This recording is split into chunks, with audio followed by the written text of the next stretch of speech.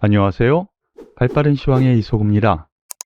네, 오늘 양대 시장 모두 전강, 후강, 양봉으로 쭉 뻗어 올리면서 상승 마감했습니다. 어제 저와 함께 하셨었던 분들, 생방송 이번 주 핫할 이슈와 증시 일정에서 말씀드렸죠. 이러이러한 이유 때문에 상승 출발 가능성, 그리고 전강, 후강으로 양봉을 뽑을 가능성 한번 염두에 두고 안심하시라 어제 말씀을 드렸는데요. 오늘 그대로 진행이 됐네요. 일단 양대 시장 오늘 올라온 이 흐름은 상당히 의미가 있어 보입니다. 여기 보시면은요. 코스피 지수 1.8% 바닥권에서 급등하는 양봉의 흐름이고요. 그리고 코스닥 지수는 상대적으로 더 높았죠. 4% 가까운 급등세 마감을 했는데 이거 가만히 보시면은요. 급락 이후에 반등이 있었고요.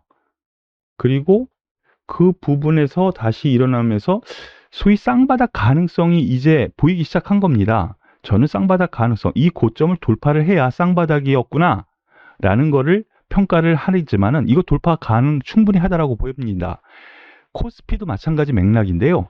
물론 앞에 저점을 한번 깼어요. 근데 아래 꼬리 달고 오면서 유사하게 쌍바닥 가능성 여전히 있다라고 생각을 하니까 추가 상승은 충분히 가능하다라고 생각이 됩니다. 수급 동향 놓고 보면은요.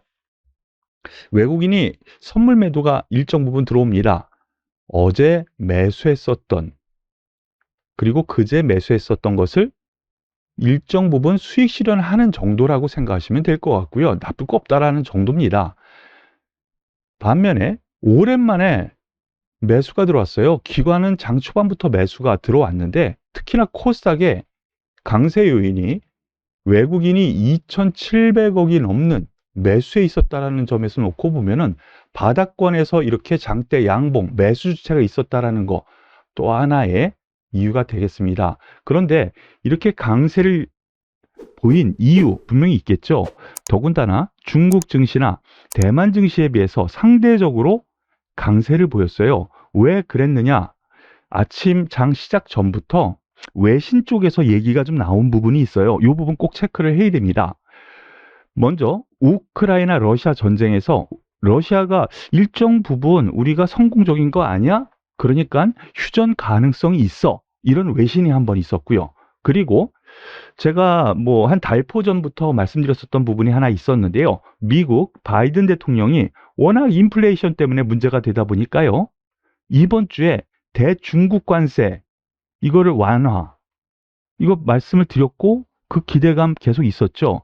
그런데 이번 주에 발표할 것 같다라는 외신 보도가 있었습니다.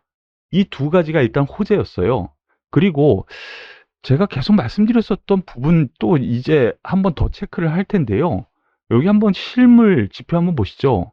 지금 보시는 것이 금속, 비금속 쪽인데요. 이미 고점에서 많이 빠져요. 3월, 알루미늄은 3월, 구리 3월, 니켈, 또 3월. 3월 고점 지고 이미 빠지기 시작했어요. 그리고 곡물도 마찬가지 맥락입니다. 곡물도 대두 가격, 뭐 최근 농산물 가격이 많이 올랐다고 하는데요. 농산물 가격 이미 6월 초에 고점 치고 빠지고 있고요. 옥수수 거의 비슷한 맥락이죠. 밀 아예 급락을 하고 있습니다. 우크라이나 전쟁 때문에 문제가 있을 거라고 했었던 이 밀 가격이 이렇게 놓고 보면은 실제로 원자재 전반적으로 하락세로 인해서 인플레이션 피크아웃 이거 물론 지수는 제가 말씀드린 이후에 더 빠지기는 했습니다만 인플레이션 문제 때문에 빠지는 것이 문제라면 인플레이션 피크아웃에 대한 부분은 충분히 해소될 가능성 그리고 더군다나 바이든 대통령이 이번 주 대중국 관세 완화 요게 발표가 된다면 하나의 모멘텀거리가 될 수 있다라는 거. 그러면은 여기서 충분히 더 갈 여력 그리고 바닥을 잡았을 가능성 염두에 두시고 시장을 긍정적으로 보셔도 되지 않을까라는 판단으로 말씀을 드리겠습니다. 오늘 전반적인 상승세가 나왔어요. 하다못해 삼성전자, 하이닉스, LG에너지솔루션 즉 반도체 2차 전지 전반적인 상승세가 나타났고요. 삼성전자, 강보합이지만 장중에 높이 올라왔고요. 하이닉스 3.8%, LG 에너지솔루션 1.5% 상승을 했고요. 여기에 더불어서 에코프로비엠 7%, LNF 6% 가까운 상승세, 포스코 케미컬 4% 가까운 상승세. 2차 전지 관련주 같은 경우에는 코스닥에서도 또 꽤 영향력이 있죠. 이렇게 놓고 보면 최근 급락했었던 이 시가총액 상위 종목군들이 어제에 이어서 어제 자리 잡았고요. 오늘 추가 상승하면서 일단 지수를 한번 더 땡기는, 상승시키는 원동력이 되었다라고 보시는 것이 맞겠습니다. 이러한 부분은요, 물론 삼성전자, 하이닉스, LG 에너지 솔루션이 추가 상승이 나와야 얘네들도 추가 상승이 나오고 더 탄력 있는 상승세가 분명히 나올 텐데요. 그럴 가능성도 염두에 둬야 될 것 같아요. 왜냐면 워낙 낙폭이 컸고요. 그러므로 인해서 단기 매물 소화가 충분히 이루어졌다라고 생각이 됩니다. 그런 부분으로 생각을 해야 될 것 같아요. 여기 삼성 전기도 한번 보시죠. 실적 그렇게 좋다며 기관이 레포트 계속 써버렸었죠. 올 초부터 계속요. 그런데 고점 20만 원에서 생각을 하면은요. 거의 40% 빠졌어요. 이 대형주가. 그러면 가격 메리트가 분명히 있는 위치에 있다라고 생각하셔도 될 것 같고요. LG 이노텍 오늘 뭐 IT 쪽에서는 그래도 가장 큰 상승을 기록한 대형주 단의 종목인데 실적이 더 나빠질 종목이 아니죠. 하지만 뭐 다른 종목도 실적이 나빠서 빠졌나? 전반적으로 놓고 보면은요. 낙폭 과대에 따른 가격 메리트, 그래서 제자리 찾는 과정에 따라서 IT, 2차 전지 관련 종목들이 상승했구나라고 생각하시면 될 것 같습니다. 더불어서 어제 말씀드렸었던 종목, 그리고 어제 발빠른 시황, 그리고 이번 주 핫할 이슈 생방송에서 단기 관심으로 충분히 둬도 되겠습니다 라고 말씀드렸었던 종목군들이 오늘 다시 급등을 합니다. 수젠텍 대장주니까 관심을 기울일 거면 1착 오늘 뭐 장중에는 20% 넘게 23% 급등을 했었는데요. 17% 급등을 하면서 마무리 지었고요. 그 이외에 휴마시스, 랩지노믹스 5% 급등을 하면서 나름 강세를 보였죠. 여기에 특징이 하나 더 있습니다. 어제 제가 대형주기 때문에 매물 소화가 조금 더디고 탄력이 둔화가 된 것 같습니다. 라고 했었던 시가총액에서 그래도 좀 높은 시젠이라든가 SD 바이오 센서 바로 이 종목들이 오늘 급등 양상을 보여줬습니다.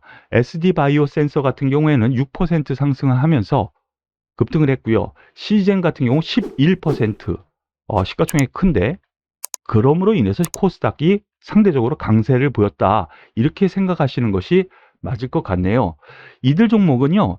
일단은 단기적으로 접근하면서 투자라는 개념보다는요. 트레이딩 관점으로 단기로 뭐 한번 치고받고 매매할 정도다. 이렇게 생각하시는 것이 맞다라는 판단으로 말씀을 드리겠습니다. 더불어서 제약바이오 쪽도 제가 어제 말씀을 드렸었죠. 그런데 의외에 SK 바이오사이언스가 치고 나옵니다. 왜 그랬느냐? 다른 뭐 삼성 바이오로직스 물론 1.7% 상승했고요. 셀트리온 2% 상승하면서 전 고점 때 종가상으로 돌파하는 흐름입니다. 긍정적이죠.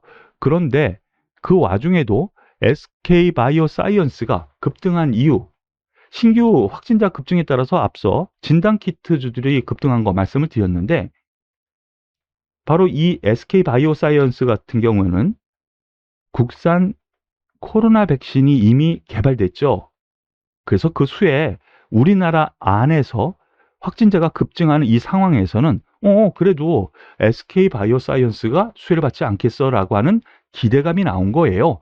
예, 그런 점에서 급등했다는 이유를 여러분들께서는 아셨으면 좋겠고요. 다만 여기서 한 가지 더 추가적 첨언 드리면은요.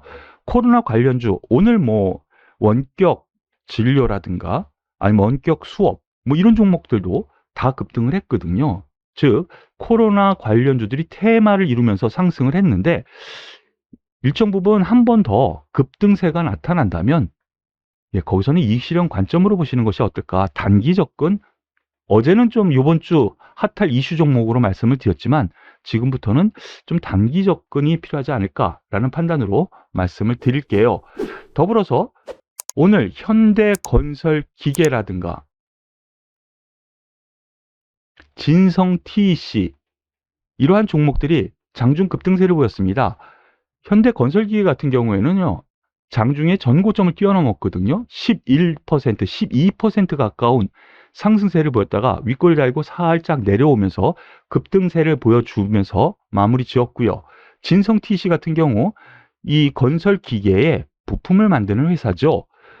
오늘 7.6% 상승하면서 1차 저항대로 여겨지는 부분까지 한번 노크를 합니다. 충분히 더 갈 여력이 있다고 생각되는데 이 종목들 같은 경우 다들 아시다시피 우크라이나 재건 이 논의가 계속 더 진전되는 거 뉴스로 계속 나온다라는 거 아직 재건 얘기가 아주 먼 얘기 같죠. 하지만 휴전이 가능한 뉴스가 나오고 그리고 재건에 대한 뉴스가 나온다면 추가적인 상승세 즉 ING 아직 진행 중이다 라는 종목군으로 긍정적으로 보셔도 될 것 같다라는 판단으로 말씀을 드릴게요. 그리고 오랜만에 카카오 네이버의 이 인터넷 관련주, 플랫폼 관련주들이 오늘 나름 셌습니다. 카카오 5.7% 넘는 상승세, 그리고 네이버 같은 경우 3.4% 상승세로 마무리 지었는데요. 이유가 과연 뭘까요? 이유 없습니다. IT 전반 상승세 흐름 안에서 낙폭과대에 따른 이거 얼마나 떨어졌습니까? 네이버 같은 경우에도 46만 원에서 22만 원까지 뭐 반토막 났잖아요. 카카오는요 17만 원에서 7만 원 반토막 이상 났죠. 그에 따라서 여기서 조금만 올라가도 더블 올라가도 할 말은 없는 상태거든요. 그래서 저가 메리트에 따라서 이러한 흐름이 나왔다고 생각이 되네요. 자, 쌍바닥 흐름입니다. 카카오 같은 경우 쌍바닥 흐름이기 때문에요.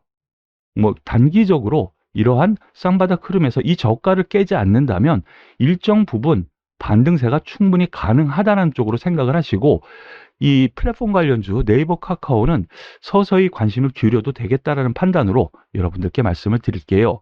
바로 어제 생방송에서 말씀드렸었던 부분 오늘 시장에서 다 노출이 되면서 상승세 보였고요. 관련주들 나름 강세를 보였습니다. 다만 태양광 관련주는 상승 마감했고 풍력 관련주도 뭐 나름 종목별로 차별화가 좀 나타나면서 상승세를 보여주었는데요. 이러한 부분 모두 오늘 나타나서 여러분들께 도움이 될 방송이었던 것 같아서 그래도 나름 뿌듯하네요.